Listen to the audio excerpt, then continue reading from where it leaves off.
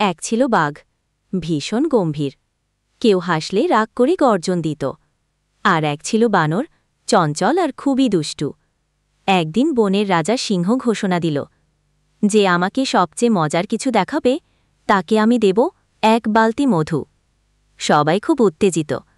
বানর ভাবল, সে গেল তার বন্ধু কচ্ছপের কাছে।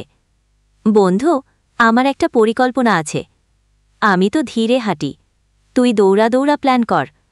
পরদিন সকাল, বাঘ সাহেব হেঁটে আসছেন। হঠাৎ তার মাথায় একটা কলা পড়ল। কে এটা করল? গর্জে উঠল বাঘ। ওপরে তাকিয়ে দেখে বানর গাছের ডালে বসে আছে, হাত পা নাচিয়ে হাসছে। বাঘ চেঁচিয়ে বলল, নিচে আয়, 1 ঘা দেব।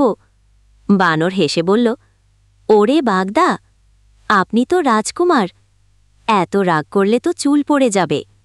সিংহদা এসে সব দেখল।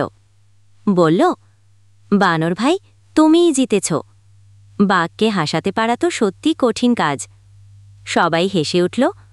বাঘ একটু লজ্জা পেল, কিন্তু সেও হেসে বলল, চল, মধু ভাগ করে খাই।